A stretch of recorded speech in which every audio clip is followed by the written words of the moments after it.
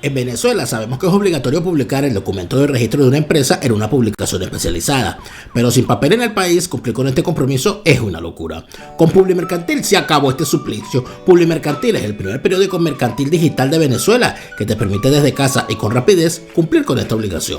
Solo entras a publimercantil.com, te abres una cuenta, subes los documentos de tu empresa y registras el pago. Y así, en menos de 24 horas, tienes lista tu publicación para descargarla e imprimirla en tu propia computadora las veces que necesites. Publimercantil es el periódico mercantil de los nuevos tiempos. No detengas el registro de tu empresa por una tontería. Publimercantil, si te publica.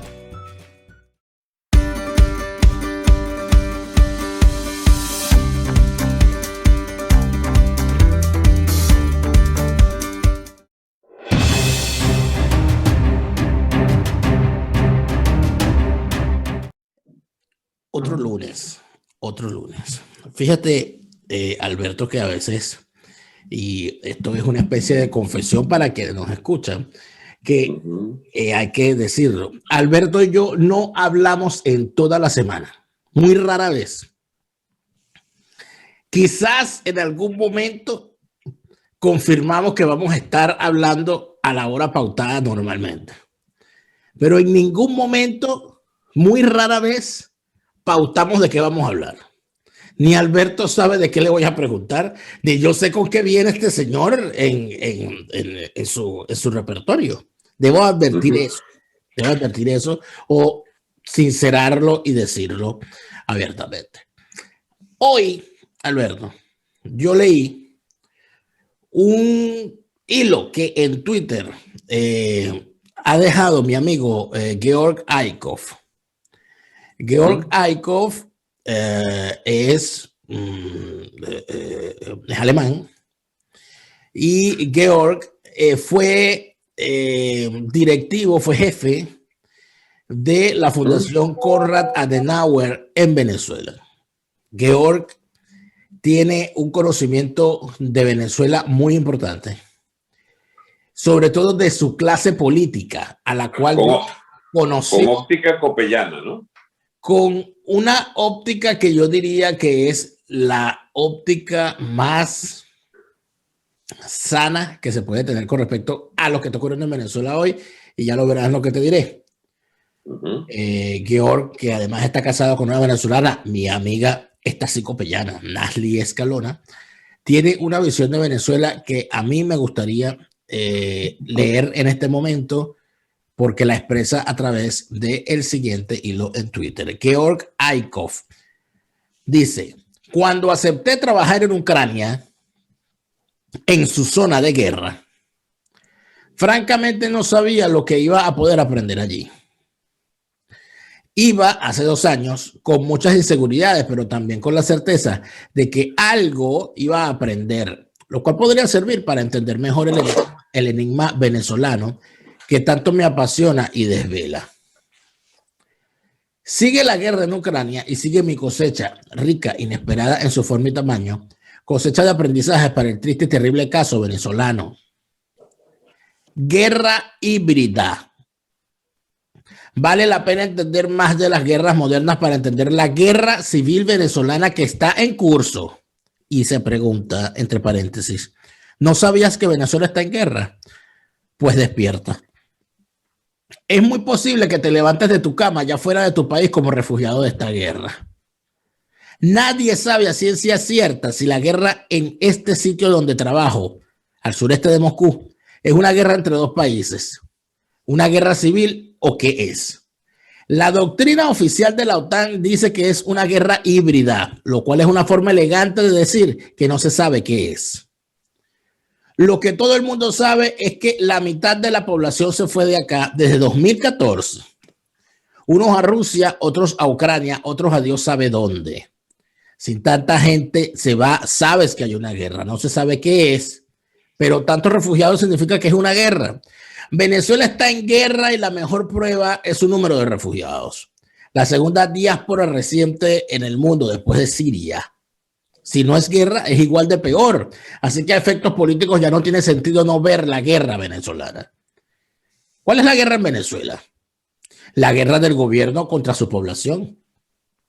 Es herencia de las doctrinas socialistas concebir la vida económica, social, cultural y política como lucha de clases, con el agravante de que el socialismo ya sabe de antemano quién gana, quién tiene el derecho exclusivo de ganar y quién por ello tiene la justificación moral para todo lo que se haga con el fin de ganar esta lucha.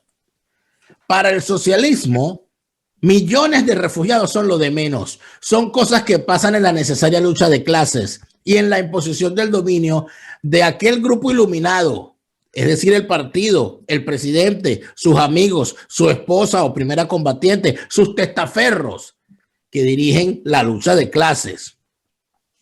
Venezuela es lucha de clases en su fase de guerra híbrida. Guerra híbrida, guerra moderna en Venezuela significa que el gobierno, que es un bando más que una banda, ataca a la población con todo tipo de armas, con propaganda, por supuesto, con censura, con alianzas internacionales, con las armas de Lampa, con recursos generados por el tráfico de drogas, con el Foro de Sao Paulo, etcétera. Prisión, tortura, exilio. Reagrupar la población, someterla, disminuirla, hambriarla, quitarle la educación, sobre todo la universitaria y en humanidades, controlarla, pero sobre todo expulsarla. Eso es la guerra híbrida de Venezuela. ¿Quieres negociar? Pues dale, pero empieza por entender que lo de Venezuela no es política, es guerra. Es una guerra del gobierno contra la población. Como decía Clausewitz, la guerra es la continuación de la política con otros medios. Como decía Foucault, la política es la continuación de la guerra con otros medios. Venezuela es Clausewitz y Foucault al mismo tiempo. Guerra híbrida. Quien quiera mediar, concluye Georg Aykov, quien quiera mediar en Venezuela tiene que saber que va a la guerra. Eso es lo que aprendí como monitor y analista político en la guerra de Ucrania. Pensar la política muchas veces es pensar la guerra. Alberto, esto es un poco lo que tú tienes años diciendo. Si no recuerdo mal y si no me equivoco, tú me corregirás. Tú has hablado desde hace años que Venezuela está en una guerra. Georg Aykov ha hecho una extraordinaria labor haciendo las semejanzas de forma quizás académica. ¿Por qué es tan difícil que el mundo lo entienda? ¿Por qué ha sido tan difícil dejar esto ya por sentado como una verdad? Mira, aquí hay una guerra, por lo tanto, en función de esto hay que actuar. Muchos por intereses no reconocen eso y otra parte por sencilla ignorancia. Porque meterse en la cabeza que somos parte de un todo internacional, mundial, global, que dirime los conflictos desde el principio de la historia hasta hoy por la guerra como instrumento privilegiado de solución de los conflictos. O sea, no aceptar el hecho de que somos parte de una dialéctica de imperios. Hasta el título de un programa le puse una vez a esto. La dialéctica, o sea, el antagonismo de imperios, dialéctica y antagonismo de clases, de grupos. O sea, esto es una lucha abierta, constante, tenaz para el dominio, para el usufructo de la riqueza, la expoliación de los otros, es la norma de todo régimen social basado en privilegios y todos son basados en privilegios hasta hoy. El sueño de un equilibrio social basado en un consenso de todo y el bienestar, etcétera, el bien común, eso es utopía completa hasta ahora. Yo no niego la hipótesis de que los humanos construyan sociedades realmente equilibradas y justas, sin antagonismos internos, pero yo no las conozco, hasta ahora no las conozco. ¿Entiendes? Y entonces, ¿qué ocurrió en Venezuela en los últimos 20 años? Bueno, embaucaron a una mayoría de la población desde el gobierno diciéndole que aquello era su redención social, el socialismo.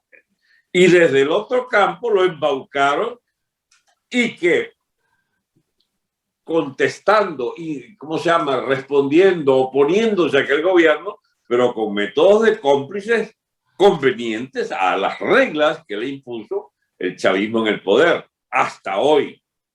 Mira, ayer me tocó una tarea interesante. Un gran amigo de Colombia me llama, me manda un un foro que han hecho allí unos colombianos, gente de mucha síntesis, se llama Conversatorio Entendiendo la Deconstrucción de Venezuela.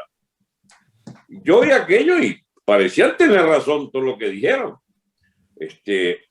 Carmón Estanga, un expositor, 10 minutos cada uno. Antonio Ledesma, Carlos Blanco, Luis Martín, el del Tribunal Supremo en el exilio, y un señor Figueredo, de Analítica. Tú no has de creer que los 5 dijeron cosas correctas. Lo que no se animaron a decir es que Estoy esperando el pero. Estoy esperando el pero. Lo que no se animaron a decir que ellos habían construido eso. Eso que es Venezuela. Ellos son parte de eso. Con mayores o mayores o menores niveles de responsabilidad. Pero cuando tú piensas, además por el más polémico, incluso que tienen cierto afecto personal por él, el amigo Ledesma. Yo en realidad yo no tengo odio ni nada contra Ledesma, pero Ledesma es algo así como la quintesencia de la llamada Cuarta República. Él era el político, digamos, promesa del Carlos Andresismo, fue ministro, ¿cómo se llama? Gobernador de Caracas, pero sigue siendo hombre clave de la Quinta República. Él es alcalde mayor y alcalde de Caracas y alcalde mayor luego. Es una persona, chico, eje de la llamada jornadas del 2001 y posteriores, sobre todo después del 2001. A ver, ¿qué es lo que está en el punto de ensamblaje de las dos etapas del chavismo, antes y después de la muerte de Chávez? Está el ensamblaje, es que el que no era parte de la cúpula del poder aspiraba a serla y cumplía reglas de la cúpula del poder para aspirar a ser su sustituto. Y a todos los fue liquidando el chavismo. Unos terminaron exilados, otros terminaron, digamos, calladitos o más bien siendo muy prudentes en su lenguaje, profesores en el exilio, qué sé yo, pero todos tienen en común esas dos etapas. Fuisteis cómplice del régimen, trabajasteis para el régimen, ganaste emolumentos, sueldos o notoriedades pagadas contra el gobierno. En la segunda etapa y antes erais parte de los llamados cuentadantes. Eras alcalde, gobernador, jefe de fila de no sé qué guarandinga que recibía emolumentos de parte del régimen político. Todos tuvieron un cheque en su momento. Ojo, yo no estoy hablando de corruptos, no sé qué, comprado por el chavismo, no. Honorables diputados, honorables alcaldes, honorables senadores, honorables vainos, honorables intelectuales, todos eran gente pagada por el régimen político. Bueno, eso se acabó. Ahora al que no está con Maduro no tiene derecho ni a comer. Bueno, esa es otra fase, pero es el mismo régimen que se inició con la complicidad abierta y la, digamos, ¿cómo se llama? Y la aquiescencia voluntaria.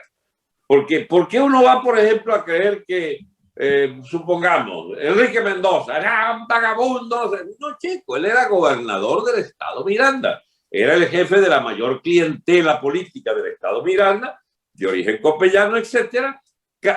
Jefaturaba la oposición en el año 2001-2002, gran baluarte de la propuesta Carmona para el 2002. El propio Carmona, mira, Carmona lo que dijo en ese evento, en esta charla, fue correcto de A a Z.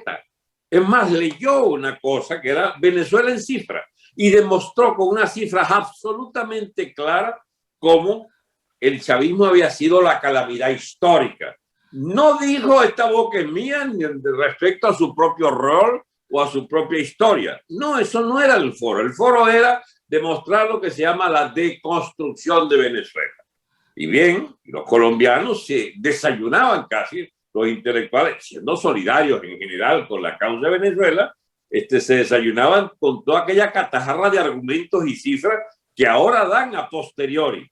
Bueno, allá va. Y los que tuvimos el mérito o los que tuvimos el olfato, la intuición, desde el primer día del chavismo, es más, 2 años antes del chavismo, de hacer campaña contra eso que venía. La gente ni sabe de eso, ni le interesa. Lo importante es defender el Leopoldito, el Caprilito, el otro, o sea, los personajillos estos que le fabrican. ¿Quiénes se los fabrican? Bueno, los bolichicos que están atrincherados en Madrid, no sé si son 10, 15 o 20, cada uno con 500.000, 2.000, 3.000 millones de dólares, reciben allá en sus castillos y en su Rosaleda, que se llama no sé, ya no sé cómo se llama su urbanización de Madrid, donde viven atrincherados todos, parece. Y entonces, allá están, en su exilio dorado madrileño, grandes amiguetes del gobierno, grandes amiguetes de la oposición al gobierno de España, que son parte del juego español, o están aquí en Miami o están en Nueva York. Ellos no se mudan por un pueblo calladito a escribir un libro, no. Ellos siguen en la pomada de las élites de cada país, de allí donde hay una fuerte migración. Y entonces, en Venezuela, en el exilio, existimos también 2, 3 tipos de personas. Los que salen es a ganarse la vida y a sufrir. Los que salen es ni a sufrir ni rajuñando allí, no, porque tuvimos los medios o tenemos los hijos, etcétera, que nos ayudan a mantenernos a flote. Y hay los vagabundos, chicos, que salieron a urdir la venganza, no la venganza, la vuelta a ser ellos la nueva élite. Eso están en la guerra esa, del lado de preparar las plataformas ideológicas y preparar la gran cova y participar en todas las componendas políticas buscando los aliados de los gobiernos que le permitan ser parte de la élite que sustituiría al chavismo. Les tengo una mala noticia. El país se nos acabó mientras tanto. Hay un descuartizamiento del Estado venezolano, producto de esa guerra larvada y eterna de que ganó Chávez la presidencia, y entonces tenemos ahora un país que habría que reconstruir para poder vivir en él. Y reconstruir una nación no es reconstruir, qué sé yo, no sé, cualquier otra cosa. Una nación es complicadísima porque son intereses, son clases sociales, es economía, es aquiescencia y ¿cómo se llama? Consensos, y los disensos reducirlos al gran consenso de tener instituciones comunes para todos. Eso no es fácil. Ahora, eso Alberto, es complicadísimo. Una pregunta. Yo espero poder hablar con Georg Eikhoff, con quien mantengo quien me honra con su amistad, y conversar con él pronto de este tema que él ha expuesto, porque me interesaría muchísimo su opinión al respecto, sobre todo por el conocimiento que tiene Georg de lo que fue esa última gran fórmula de consenso opositor que fue la MUT, y cómo eso se convirtió en lo que se convirtió después. Pero más allá de eso, yo pregunto lo siguiente: si hay una guerra, en toda guerra, a pesar de que haya un ganador, muy probablemente ese ganador guardará en su récord de guerra derrotas y victorias, víctimas y victimarios. Bueno, el bando patriota que termina ganando la guerra contra los realistas en nuestra guerra de independencia, se anota, por supuesto, la victoria final. Pero ¿cuántos no le quedaron en el camino? ¿Cuántas cosas no sufrió y padeció? Mi pregunta es, ¿cuál crees tú que ha sido en esta guerra? Las hemos perdido todas. No se le ha ganado ni una al chavismo. ¿Cuál crees tú que ha sido el peor daño que se le ha hecho, que se ha logrado hacer el chavismo durante estos años de guerra? ¿El peor daño que le hicimos al chavismo? El primer daño que ha sufrido el chavismo en medio de esta guerra. Ha salido limpio de polvo y paja. No le han dado ni un tiro. La única derrota que se transforma a su vez en algo curioso históricamente, pero ella es la muerte de Chávez, que no fue provocada. Ellos dicen que lo mataron, que alguien lo mató. O sea, no aceptan siquiera la hipótesis de la enfermedad real del bendito cáncer. Cosa que por cierto, Alberto, te voy a decir, no es una predicción, porque no sabes que nosotros no hacemos astrología política, con el respeto que le tengo a los astrólogos. Por cierto, saludo a los astrólogos que nos ven religiosamente desayunando todos los lunes. Mira, no pierdan de vista ese tema de que a Chávez lo mataron como hipótesis. a desarrollar por el propio chavismo en años por venir en sus luchas internas. De hecho, hay un importante sector de chavismo, de chavistas excluidos del postchavismo. ¿Cómo se llama? Ramírez acaba de sumarse fervorosamente. Del chavismo huérfano, no ya el chavismo de Chávez, sino el chavismo huérfano de Chávez, que carga un cuentico desde el mismo momento de que Chávez se enfermó, diciendo que esa enfermedad fue inoculada, tal. Y el doctor, nuestro querido amigo en común, Salas Romer, en su libro y en una entrevista que tuvo a bien otorgarnos a Neomar Hernández Llame con motivo de la publicación de su libro, lanzó una hipótesis que para él explicaría. Dice, bueno, vamos a suponer que al tipo lo mataron. ¿Quién lo pudo haber matado? Vamos a buscar quién es el beneficiario de esa muerte, ¿no? Y entonces él plantea lo siguiente: ¿podía la revolución cubana permitir que el sucesor continental y mundial del sistema castrista fuese alguien, a la muerte de Fidel Castro, fuese Hugo Chávez? ¿Podía el estamento castrista cubano aceptar pasar de ser ductor de la revolución bolivariana a terminar siendo, con Hugo Chávez arriba, sin mayor contendor, el líder de la revolución, pasándole por encima al castrismo y haciendo desaparecer el castrismo?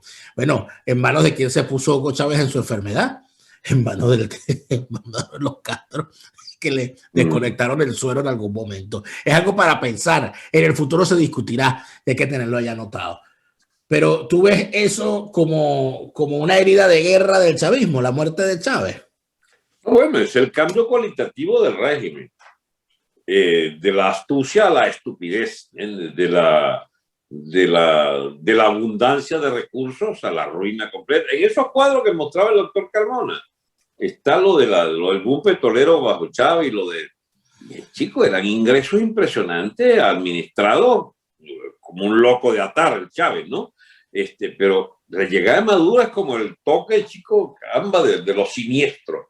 Se derrumbó ese país, chico, detrás de ese loco. Y tiene que ver con que efectivamente hubo otro reparto, hubo otro enfoque, que ya no eran ni siquiera las limitadas expropiaciones y la quiebra de empresas, etc.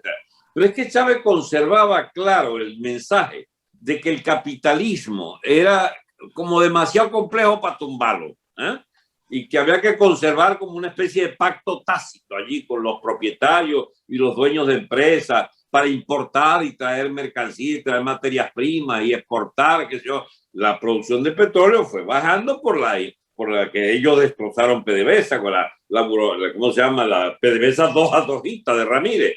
Pero Chávez siguió exportando sus 10 millones, ¿cómo se llama? Su millón y medio de barriles diarios a Estados Unidos, pagados constantemente en dólares. No hay que olvidarse que los años de Chávez son contradictorios, porque son los años de Bush, 8 años de Bush, ¿bien? Y 2, 3 años de Obama, que ya, y tú no consigues, bueno, pero ¿cuál fue la diferencia? Ninguna. No la hubo. Recibieron a María Corina en la Casa Blanca, que yo recuerdo Bush, pero eso fue la única gran ofensa que le hizo Bush a Chávez, ¿no? Sí, pero el planteamiento que hace el profesor Agustín Blanco Muñoz desde su trinchera de materialista histórica es básica para entender esto. El profesor Agustín Blanco Muñoz exige que alguien le diga en qué se modificó la política comercial y petrolera venezolana durante Hugo Chávez con los Estados Unidos. En nada, se mantuvo intacta. Nada. Se montó la burocracia de circo en sus mejores momentos. Se montaron los boliburgueses mayameros, chicos, exportadores de cuanta baratija y vaina. Pues si todo ese ingreso petrolero se gastó aquí, chicos, en Florida y en los Estados Unidos, el grueso de eso.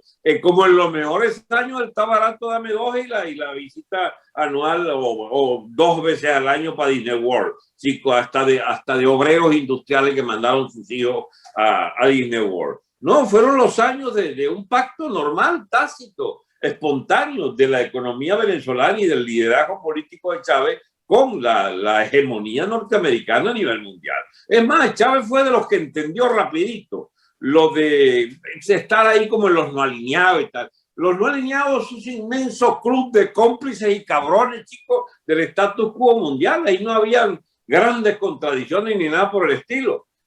ahí lo que había era, bueno, formas de coexistir. Por cierto, ¿tú sabías que Putin y que mandó al cipote a Maduro ayer o antier?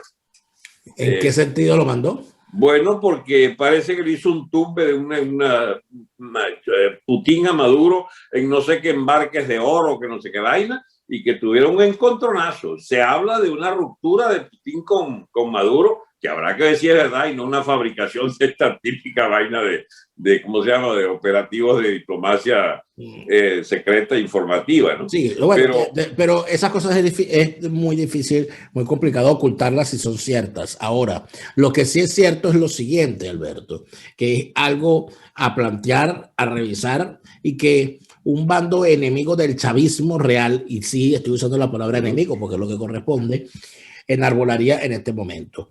Esta gente que ha planteado, y además nos sirve a los que estamos en contra del discurso progre, esta gente progre que plantea sus teorías en contra del Big Pharma, esta gente progre que plantea que el capitalismo es una cosa horrible, que pone de primero el capital antes que al ser humano, ponen como ejemplo, y de verdad a veces parecería tener razón, la forma como los grandes laboratorios están tratándonos a los ciudadanos del mundo en medio de esta pandemia, poniendo de primero la valoración económica de la exportación de una vacuna antes que la satisfacción del mercado interno, porque le sale mucho mejor a AstraZeneca sacar vacunas hechas en Europa y exportarlas a Australia con el costo superior que venderlas en la propia Europa, por ejemplo.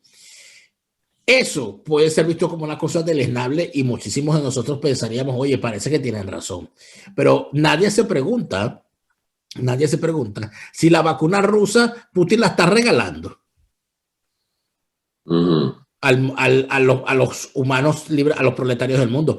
Nadie se pregunta si el Partido Comunista Chino está regalando la vacuna china.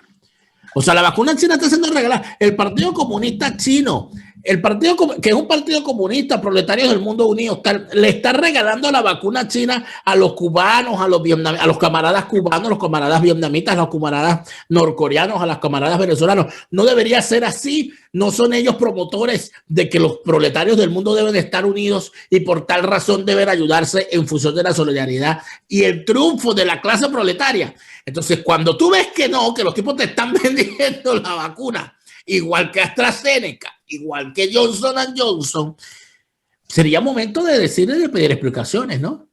Bueno. Dani, pero de golpe me sentí transportado a 30, 40 años atrás. Eso de debate ya no se hace, proletario y comunismo y nada. Ay, disculpe. Es que como que, o sea, de golpe me devolviste, sinceramente, a unas discusiones que ya no se hacen. Eso ya está en desuso completamente. Proletario, ahora lo usual es, digamos, qué sé yo, si eres hombre eres culpable, ¿entiendes? Por machista, macho alfa repugnante, o no sé, chico, el derecho a matar a los humanos, chicos, que digan en su agonía de enfermedad, mátenme. Le han sacado una ley, viva la muerte en España, chico. Pero momento. Estos últimos 20 días, un mes, pero Dios mío, choqué, como dicen los padres. En Argentina, gran manifestación de la feminazi. Viva el aborto, la ley del aborto la han logrado. Cuidado. Y en España, viva la muerte con una ley que... Pero no es viva la muerte, no están diciendo que van a matar a todo el mundo, están diciendo que si una persona en la libertad que le otorga su derecho a decidir sobre su salud no quiere pasar por el horror de un tratamiento doloroso, sino que se decide por el suicidio asistido, pero ya eso es una... Sí, y lo pusieron a escoger con un tratamiento que elimine el dolor a partir de un uso, así sea caro, de drogas absolutamente garantizadas de la disminución de esas penalidades, de ese dolor. Bueno, Porque normalmente, chico, no, es como para ahorrarse no el soy, tratamiento. bueno, no soy científico ni experto en la materia, Alberto, pero sí he tenido Pero casos yo de, oigo a los que dicen eso. claro, pero sí he tenido casos de familiares que le han pasado muy mal con tratamientos muy terribles y que bueno, y que han puesto sobre la palestra cosas como esa. Pero más allá de eso, en medio de toda esta discusión y de todo este planteamiento, siempre va a salir la contradicción, Alberto. Y la contradicción hace saltar por los aires las posiciones ideológicas dogmáticas. Porque si me están diciendo que el capitalismo ha creado a ese horror que es el Big Pharma, no deberían acaso los que son referencias del progresismo que hace ese reclamo ser distintos. No debería estar China regalando la vacuna de un virus que, por cierto, salió de sus fronteras. No deberían en función otra gran contradicción y otra gran mentira, Alberto. ¿Dónde está la exitosa medicina cubana que no fue la primera en crear la vacuna? Porque si la Mira, medicina cubana está más avanzada que la medicina del mundo entero, deberían ellos haber creado la cura. ¿Qué cura a qué han creado los cubanos en esa maravillosa medicina que ellos dicen tener? tú sabes, una de las peores calamidades que tiene Cuba ahorita, la sarna, chico. La sarna. Sarna. Sí, hay epidemia de sarna en Cuba. Entonces, que eso es un mito, eso es propaganda, esa es la basofia propagandística de Fidel y de Raúl. A esa propaganda efectivamente hay que enfrentar lo que está ocurriendo dentro de Venezuela. ¿Por qué estoy trayendo todo esto si empezamos hablando de la guerra? Oye, porque fíjate Bueno, que el porque campo, la verdad que no me explico por qué terminamos aquí, te pero lo explico, bueno, concreto, te explico por qué. reanuda. Porque dentro de la guerra híbrida, de lo que se plantea como guerra híbrida, uno de los grandes campos de batalla es la opinión pública y su manipulación. La imposición de matrices de opinión y la mentira maquillada en eso que ahora llaman la posverdad, la cuestión de la posverdad. Por ejemplo, Alberto, ¿a ti no te parece que durante 4 años, los 4 años que duró el mandato de Donald Trump, y particularmente los 2 años que coincidió Donald Trump y el gobierno interino, nosotros fuimos sometidos a un gran experimento de manipulación de la opinión pública, donde durante 2 años estuvieron diciéndonos a través de distintos medios utilizados para tal fin, de que venían los marines, viene la invasión, vienen los marines, el tipo va, él no se la va a calar, Trump los va a joder, Trump los va a joder, Trump los va a joder, cosas que no iba a ocurrir, cosas que no ocurrió, y lo que causó eso fue que cuando Trump se va y cuando evidentemente termina el gobierno interino, casi que simultáneamente, lo que vino fue una gran frustración general de las capas que en Venezuela y de venezolanos aspiraban a un cambio inmediato y todo el mundo se termina recogiendo. Y aquí entonces termina una gran frustración, una gran frustrachera, como si ya la cosa se perdió. Cuando en realidad no perdimos nada porque nunca estuvimos cerca de una invasión de los Estados Unidos. Eso no iba a ocurrir. Fue una ilusión. O sea, ¿a ti no te parece que eso fue una gran jugada de una maquinaria espantosa? Que obviamente eso es una técnica rusa, porque los tipos lo han hecho de manera repetida en otras instancias. Pero creo que si nosotros no entendemos que efectivamente la opinión pública es el campo de batalla en el que nos siguen derrotando, nos van a seguir pasando cosas como esta, ¿no crees tú? Creo eso y otras cosas también, Dani. Lo que pasa es que lo que no puede ocultarse en las guerras de propaganda es la realidad. La realidad es que 6 millones, chicos, de compatriotas emigraron. La realidad es que hay una 4, 5, 6%, no sé, ojalá llegue a 10, que está dolarizado con poder adquisitivo y los otros dolarizados sin ningún poder adquisitivo. Y tiene entonces, chicos, la mayor desigualdad social de la historia de Venezuela, en la Venezuela socialista, proletaria y no sé cuánta vaina más que le pongan los títulos los maduristas. Porque hay hambruna en Venezuela, hay penalidades, hay, chicos, una especie de vida, chicos, en un planeta distinto. El planeta de la escasez absoluta, de la falta de energía, de la falta de gasolina, de la insolidaridad completa y total, porque cada quien está como canilla viendo ver defendiendo digamos, su derecho a sobrevivir. Ese es un país condenado a una especie de barbarie. Eso es la barbarie. Hemos vuelto al salvajismo superior, y lo que denota que somos civilizados es que no hemos entrado en la guerra de tribus, ¿bien? Pueblos contra pueblos, barrios contra barrios, qué sé yo. Momento, no, de Alberto, momento, tengo que detenerte ahí. ¿Tú no viste las noticias de Venezuela esta semana? Ya va, yo sé que el coque está alzado, que nos lo está diciendo aquí para nuestras personas que se encuentran en vivo, no en vivo en YouTube, atención, porque en YouTube cuando estamos estrenando no estamos en vivo, no estamos en estreno, pero tienen el beneficio de estar en vivo en esta grabación que hacemos los domingos, nuestros suscriptores en Patreon. Y uno de ellos, Daniel, nos dice, guerra es la que tiene el coque en Caracas. Bueno, pero si los que vimos los que hemos visto las imágenes, Alberto, no me diga que no hay guerra aquí de barrio, entre barrios, de tribus, entre tribus, porque ¿qué es el coque sin una tribu? El jefe de una tribu que sacó a sus matones. Una tribu moderna, una tribu moderna. Bueno, una tribu moderna, pero tribu al fin, porque entonces el tipo saca a sus matones a la autopista a caerle a patadas a los transeúntes y a quitarle las motos y a robar un médico así con plena autopista y amenazar. Yo vi lo del médico, lo vi. O sea, es una cosa que estamos viendo aquí. O sea, estamos viendo un país donde el ministro de la Defensa anda teorizando en función de Tucídides con respecto a una tercera guerra mundial, mientras al tipo le dividen la capital del país de donde él es ministro en bandos y en bandas. O sea, ¿de qué estamos hablando aquí? Aquí estamos hablando de un país que se fue. Este país se fue, chico. O sea, esto bueno, que fue. Ahora, ¿por qué tanta ilusión en lo de que llegaran los marines? Es una ilusión, por supuesto. Yo no fui partidario de esa tesis. Yo creía en la intervención, incluso militar externa, pero no como la llegada en masa a una invasión marina. Yo confieso mi estrategia, que la puedo decir porque el gobierno la debe tener estudiada, es con uso de ¿cómo se llama?, de las bases aéreas de Estados Unidos en Colombia, iniciar una escalada de presión militar, bombardeos selectivos, movimiento de tropas en la frontera. Pues no será por el Esequibo Cagentani. Bueno, pero Alberto, discúlpeme, una cosa es un plan o una cosa es una teoría que tú planteabas, porque tú lo hiciste públicamente en todas tus intervenciones, que no es un secreto para nadie. O sea, no está revelando nada, Alberto Franceschi. Tú planteabas lo que se tenía que hacer y cómo se podía hacer. Y decía esto, una cosa es hacer un planteamiento. Yo también hice varios. Una cosa es hacer un planteamiento y otra cosa es salir a decir, mañana por la mañana, a las 5 de la mañana, sale el portaavión tal rumbo a La Guaira. Sí. Y desde ese lo del portaaviones sí era una locura. Era una cosa recurrente. Y había más de uno. No, porque suponen la estupidez. Con su cara tan lavada, a salir a decir, mañana a las 2 de la mañana, el que entendió. Más de uno dio zarpado el portaaviones rumbo al Caribe. Más de uno. Eso?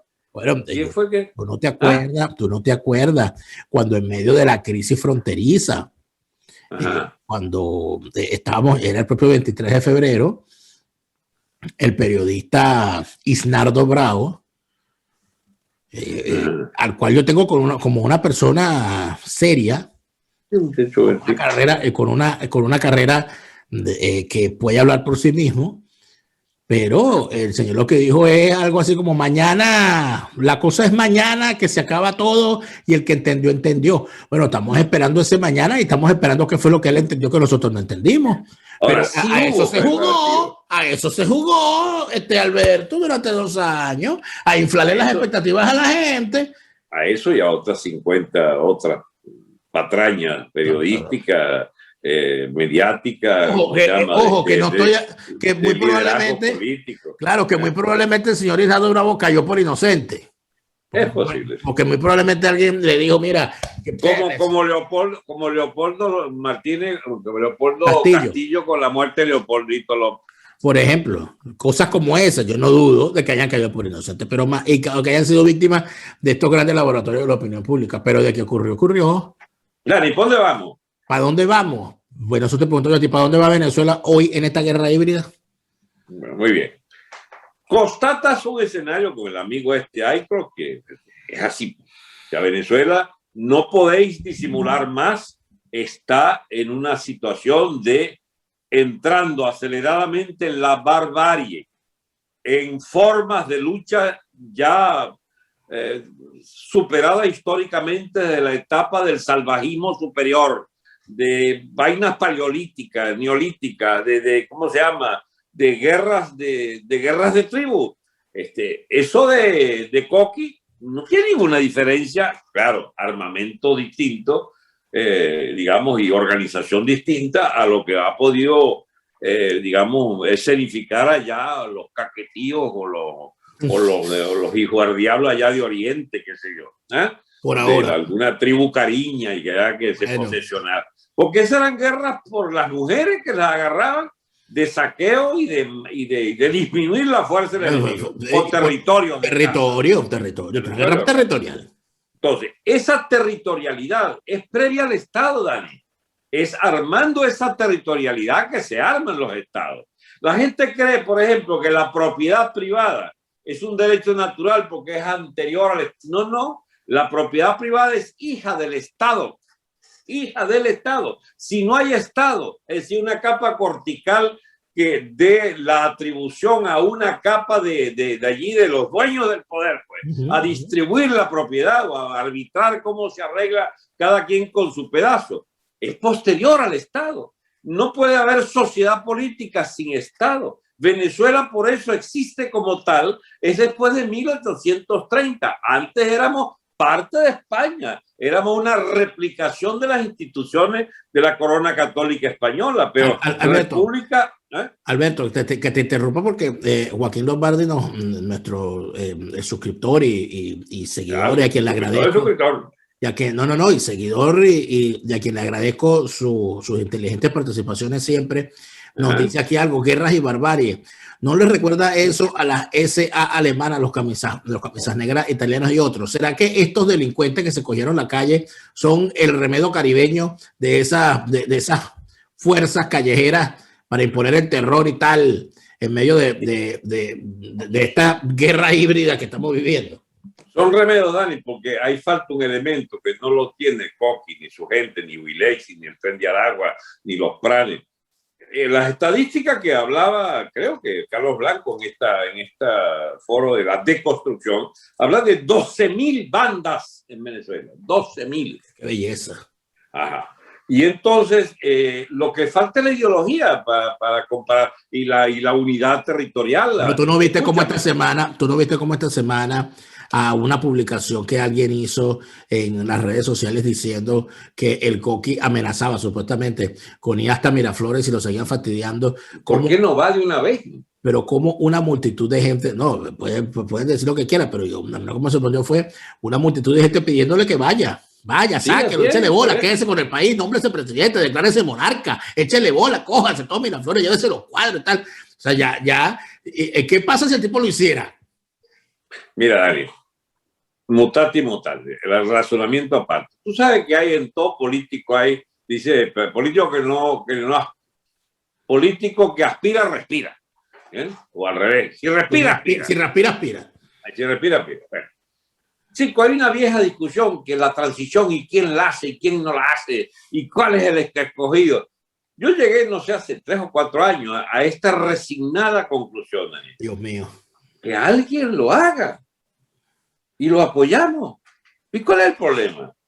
Tú sabes que a mí no me preocupa esto de Leopoldito Capri. A ver, uno de los seres más inadecuados para dirigir un país debe ser Caprilito o Leopoldito. Sin embargo, por no hablar del filósofo del Zulia, pero si alguno de ellos le pone la mano al coroto, pero póngasela, por favor, porque ya sabemos cómo pelear contra ese tipo, ya sabemos cuáles son sus frases huecas, ya sabemos cuál es su ideología, ya sabemos qué intento y qué mafias tratará de ubicar en la cúpula del poder, que además su predilección de robos determinados, de saqueo determinado, de corruptela, cuáles son sus mujeres, sus queridas, ya las conocemos, chicos, de la historia venezolana. De manera que yo lo que hago es ligar que a alguno de ellos se les dé. O sea, tú planteas que, y eso te vas a molestar, pero eso parece muy entrista eso, ¿no? Ajá, por favor. Que venga quien venga, que se haya organizado dentro de ese grupo de malvados. Así es. Que saquen al chavismo, que lo saquen. Así es. Que y al día siguiente empieza la pelea contra ellos. Pero alguien te podría decir, coño, pero después de 30 años contra el chavismo me vas a tirar 30 años contra los antichavistas. No, ¿y en esto cuánto vamos a pasar? Le damos 30 días para que diga lo que va a hacer. algo y cumpla lo que dijo que iba a hacer en algo. Porque, Dani, ahí es donde empieza la diferencia real de los verdaderos programas de cambio. Yo no voy a ponerme ahora de candidato acá de la transición famosa, pero yo no soy partidario de transiciones. Yo soy partidario de un solo carajazo que desaloja este poder y construye otro distinto y opuesto. Claro, pero es que a mí me parece tonto plantear las transiciones, porque las transiciones son procesos históricos que nadie controla. Quizás dentro de 60, 100 años, los historiadores al revisar todo esto podrán decir que quizás la fase de Maduro fue la transición, o no sabemos para dónde vamos y quizás el chavismo es la transición hacia donde vamos finalmente. Pero el decir, el plantear de forma balurda, porque eso es balurdez política, decir, no, aquí nosotros planteamos la transición. Bueno, es como decir, no sé, nosotros aquí planteamos la iluminación. Es una cosa ridícula, porque nadie puede controlar una transición, porque la transición es un proceso histórico, no un proceso político. Abierto por definición a todas las posibilidades habidas y por haber, 100. Doctor Franceschi, con esta nos vamos. Esos son, este planteamiento, esos son tan listos que no quieren dirigir al país porque eso les restaría beneficios. Además, hace falta un gobierno muy duro y esos no tienen lo que hay que tener. Bueno, esto es una reflexión absolutamente correcta. No hay transición porque no puede corregirse un país deshecho, reventado, descuartizado, saqueado, delictivo en sus capas dirigentes y en sus bandas que administran un país, digamos, deshecho. Tú no puedes hacer ninguna transición. Tienes que raspar esa vaina, chico. Tienes que reconstruir el Estado. Y la gente a veces no entiende porque no está familiarizada con esto. Ya va. Lo que se conoce hasta hoy deja de existir y existe otra cosa. ¿Y cómo lograr esa otra cosa? Bueno, tiene que dejar de existir esto. ¿Y cómo es que deja de existir esto? A carajazo limpio, chicos, es la única manera. Otro históricamente vista. Planteamiento que confronta tu cuestión de que salgamos de estos tipos con cualquiera de estos, la hace el amigo Daniel, quien dice, cuando Chávez estaba vivo, se decía, sea quien sea que agarre el poder es mejor, y ahora mira cómo estamos. Sí, pero eso nos llevaría a la tontería de creer Chávez era mejor. Y Chávez no era mejor, Chávez armó esto. Esta calamidad la sembró Chávez, porque Chávez fue el primero. Y esto, mire, esta es una discusión que para mí está tan fresca, del año 1999 en el Congreso, chico.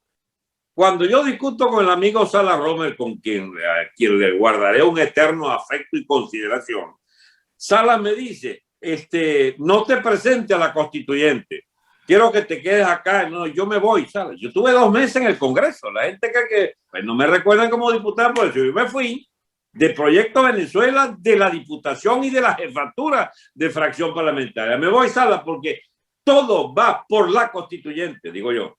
Aquí viene todo porque estos forajidos van a acabar con el régimen. Y el nuevo régimen que van a montar es el de ellos, si no nos oponemos exitosamente a él. Y así fue. Entonces yo salgo a pelear contra un cambio de régimen. Esto me lleva a otros recuerdos. Yo recuerdo una discusión en París con los amigos iraníes. Y entonces la revolución de Khomeini, miren mis amigos, le explicaba yo en esa reunión en enero del 79, creo eso. Miren mis amigos, una masa de humanos allí que sale a hacerse matar por metralletas .50 desde los tanques del Shah de Irán y que se haga matar a nombre de Khomeini. Esa vaina no va a cambiar antes de 20 o 30 años, le dije yo, me quedé corto, 40 llevan ya. Porque es que los cambios de régimen tienen ese problema, que desordenan lo que había, revientan lo que había y construyen otra vaina. Bueno, nosotros estamos ya hace rato en esa otra vaina. Para poder destruir esto, tú tienes que desmontar el chavismo. Desmontémoslo. Bueno, entonces ahora, ¿por dónde empieza ese desmontaje? Por la idea. El AMPA cumple un papel nefasto. No, yo sé por dónde comienza ese desmontaje, Alberto, y es lo que hemos intentado hacer hoy. Diciendo, reconociendo, estableciendo y dejando claro que estamos en una guerra. como nos ha indicado Aikoff en el tweet de su cuenta, síganlo en Twitter, Jorge Aikoff, con H intercalada y doble F al final. Él hace ese planteamiento y yo creí necesario que lo escucháramos porque es algo que ya tú habías repetido también en otras instancias. Dani, pero un comentario final. Eso de China, Rusia, Cuba, de aliados del chavismo, eso está agonizando todo. Porque eso lo que trae, esa alianza con Maduro que trae calamidades. La socialdemocracia europea lo apoyaba y dejó de apoyarla. El Partido Demócrata dejó de apoyarlo. Porque la política dirá que es escandaloso lo que estoy diciendo, pero la política que traía Trump con Abraham, cambió a Abraham por otros, pero es la misma. Es la misma. No es verdad que haya mayor solidez. Lo que sí hay es que los sinvergüenzas de la MUD se mudaron para acá y están con más plata que nunca.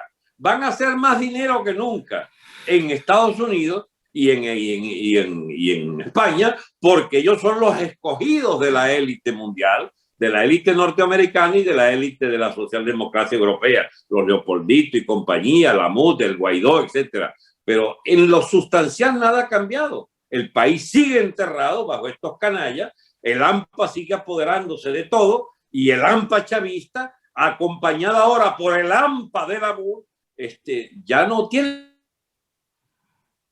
ni qué repartirse, se van a caer tortas entre ellos y será la oportunidad en medio de esa fisura para que surja. Hey, ahí siguen habiendo rumores de golpe, ¿verdad? Te voy a decir una cosa que no se vale reír. ¿Eh?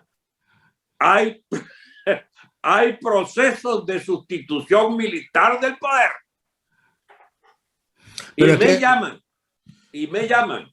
Pero ¿qué te digo? No me dices nada nuevo porque en Venezuela, así como tú has lanzado la famosa frase de predios politiqueros, todo el que respira aspira, en Venezuela también siempre hay una conjura militar en marcha, nunca se detienen. Y eso ha sido siempre así, pero todavía no tiene por qué extrañarme. Y además de eso, está perfectamente claro que es así, porque si no tuviesen tantos escoltas, tantas previsiones y estuviesen de la forma como andan. Pero nos quedará esa revisión para una próxima conversación. Alberto, muchas gracias. Pero te quiero dejar una sola frase en pie. Adelante, por favor. El que sea, agarra el poder. ¿Quién es el problema? ¿Qué es lo que tú quieres? Agárralo, pues. Ya después veremos por tus ejecutorias, os conoceremos. Si sirves para algo, te dejamos allí. Yo lo que sostengo es que lo que hay que hacer, ninguna de estas piltrafas políticas de Venezuela la puede hacer, porque son ladrones, son partidarios de intereses ya consolidados y solidificados, tienen demasiados delitos a cuesta, demasiados compromisos, demasiadas compraventas de almas. Y como el socialismo, como lo dijera mi amigo Milei de Argentina, es una enfermedad del alma, y todos comparten esa enfermedad. Bueno, yo que no la padezco, porque yo la padecí chiquito como el sarampión, lo padecí chiquito y me curé chiquito. Gracias a Dios. Entonces yo puedo con propiedad decirle, lo que hay que hacer es una cura de burro. Sin duda. Con dosis de caballo habrá que curar ese país de todo lo que ustedes representan. Yo siempre he visto el chavismo no como una enfermedad del alma, como una enfermedad del espíritu. Es una cosa que bueno, que ni con exorcismo, pero bueno, ya eso sería una discusión teológica en otros términos que deberíamos dar. Alberto, muchas gracias. Gracias a ti, ¿por qué me va a dar la gracia? Bueno, pero tú peleas por cualquier vaina, no te puedes dar la gracia, porque peleas también. No, creo que no es necesario que me den las gracias. Estamos los dos satisfechos y entonces sigamos así. Chao.